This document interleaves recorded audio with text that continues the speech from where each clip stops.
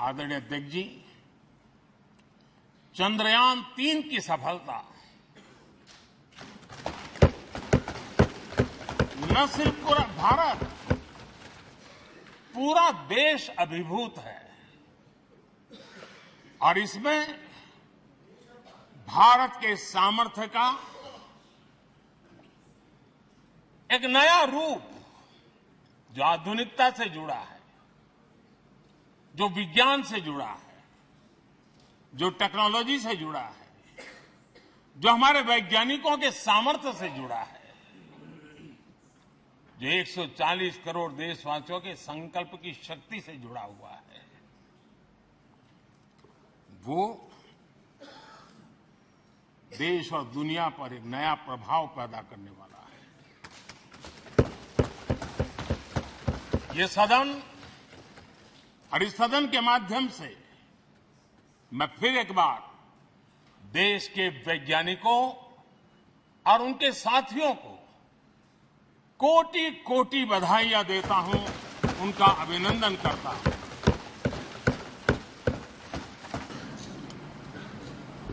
हम सब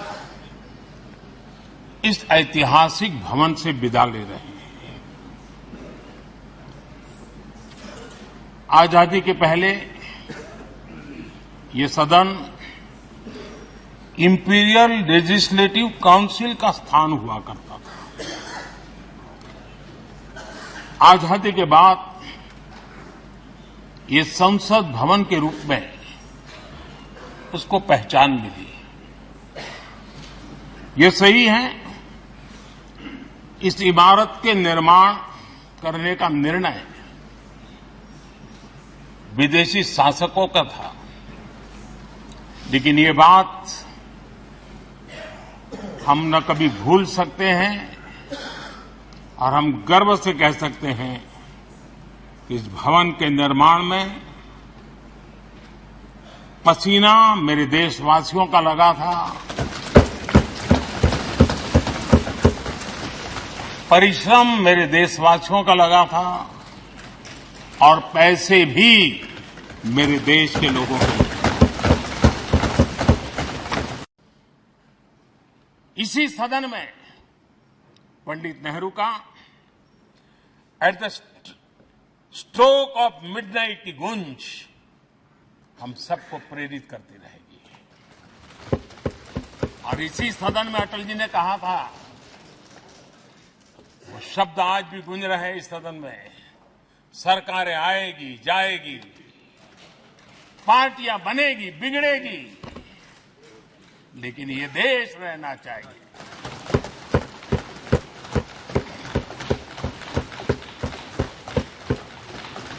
आदरणीय अध्यक्ष जी, पंडित नेहरू की जो प्रारंभिक मंत्रिपरिषद थी, बाबा साहब आंबेडकर जी एक मंत्री के रूप में दुनिया की बेस्ट प्रैक्टिसेस भारत में लाने पर बहुत जोर दिया करते थे।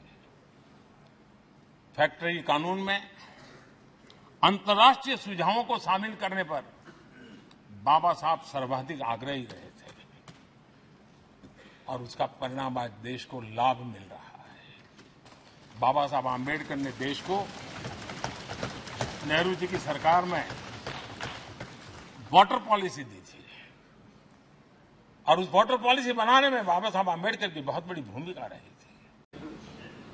सबका साथ सबका विकास का मंत्र, अनेक ऐतिहासिक निर्णय, दशकों से लंबित विषय, उनका स्थायी समाधान भी इसी सदन में हुआ। आर्टिकल 370 ये सदन हमेशा हमेशा गर्व के साथ कहेगा कि सदन के कारण one nation one tax, one nation one tax, GST का निर्णय भी इसी सदन ने किया। One rank one pension, OROP, ये भी इसी सदन ने देखा। गरीबों के लिए 10% आरक्षण कोई विवाद के बिना पहली बार इस देश में करने में सफल रहे। आदरणीय अध्यक्ष जी, हम ये जानते हैं कि भारत में बाबा साहब आम्बेडकर एक बात हमेशा कहते थे कि भारत में सामाजिक न्याय के लिए भारत का औद्योगिकरण होना बहुत जरूरी है, क्योंकि देश के दलित पिछड़ों के पास जमीन ही नहीं है, वो क्या करेगा? औद्योगिकरण होना चाहिए। और बाबा साहब इस बात को मान करके डॉक्टर श्यामा प्रसाद मुखर्जी, जो पंडित नेहरू के मंत्री थे, उन्होंने इस देश में और पहले वाणिज्य मंत्री के रूप में और उद्योग मंत्री के रूप में उन्होंने इंडस्ट्री पॉलिसी इस देश में लाई थी। आज भी कितनी ही इंडस्ट्री पॉलिसी बने, लेकिन उसकी आत्मा वही होती है जो पहली सरकार के थी, और उनका भी बहुत बड़ा अहम योगदान रहा था।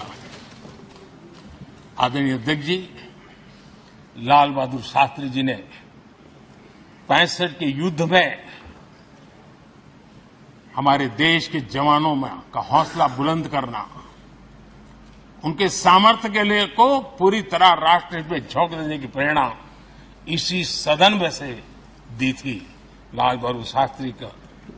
और यहीं पर उन्होंने ग्रीन रिवॉल्यूशन के लिए एक मजबूत नींव लाल बहादुर शास्त्री जी ने रखी थी। आदरणीय अध्यक्ष जी, बांग्लादेश की मुक्ति का आंदोलन और उसका समर्थन भी इसी सदन ने इंदिरा गांधी के नेतृत्व में किया था। इसी सदन ने इमरजेंसी में लोकतंत्र पर होता हुआ हमला भी देखा था, और इसी सदन ने भारत के लोगों की ताकत को एहसास कराते हुए मजबूत लोकतंत्र की वापसी भी इसी सदन ने देखी थी। वो राष्ट्रीय संकल्प भी देखा था, ये सामर्थ्य भी देखा था। आदरणीय अध्यक्ष जी, ये सदन इस बात का हमेशा ऋणी रहेगा, क्योंकि इसी सदन में हमारे पूर्व प्रधानमंत्री चरण सिंह जी ने ग्रामीण मंत्रालय का गठन किया था, रूरल डेवलपमेंट मिनिस्ट्री। इसी सदन में मतदान की उम्र 21 से 18 करने का निर्णय हुआ था, और देश की युवा पीढ़ी को इसका योगदान देने के लिए प्रेरित किया गया, उत्साहित किया गया था। हमारे देश ने गठबंधनों की सरकारें देखी, पीपी सिंह जी हो, चंद्रशेखर जी, और बाद में एक सिलसिला चला। लंबे अरसे से दिशा में देश जा रहा था, आर्थिक नीतियों के बोझ तले देश दबा हुआ था, लेकिन नरसिम्हा राव की सरकार थी जिन्होंने हिम्मत के साथ पुरानी आर्थिक नीतियों को छोड़ करके नई राह पकड़ने का फैसला किया था, जिसके आज देश को परिणाम मिलते हैं। अटल बिहारी वाजपेयी जी का सरकार भी हमने इसी सदन में देखी। सर्व शिक्षा अभियान देश में आज वो महत्वपूर्ण बन गया है। आदिवासी कार्यालय मंत्रालय अटल जी ने बनाया, नॉर्थ ईस्ट का मंत्रालय अटल जी ने बनाया, न्यूक्लियर ट्रेस भारत के सामर्थ्य का परिचायक बन गया। और इसी सदन में मनमोहन जी की सरकार कैश फॉर वोट को भी, उस कांड को भी सदन ने देखा है। आदरणीय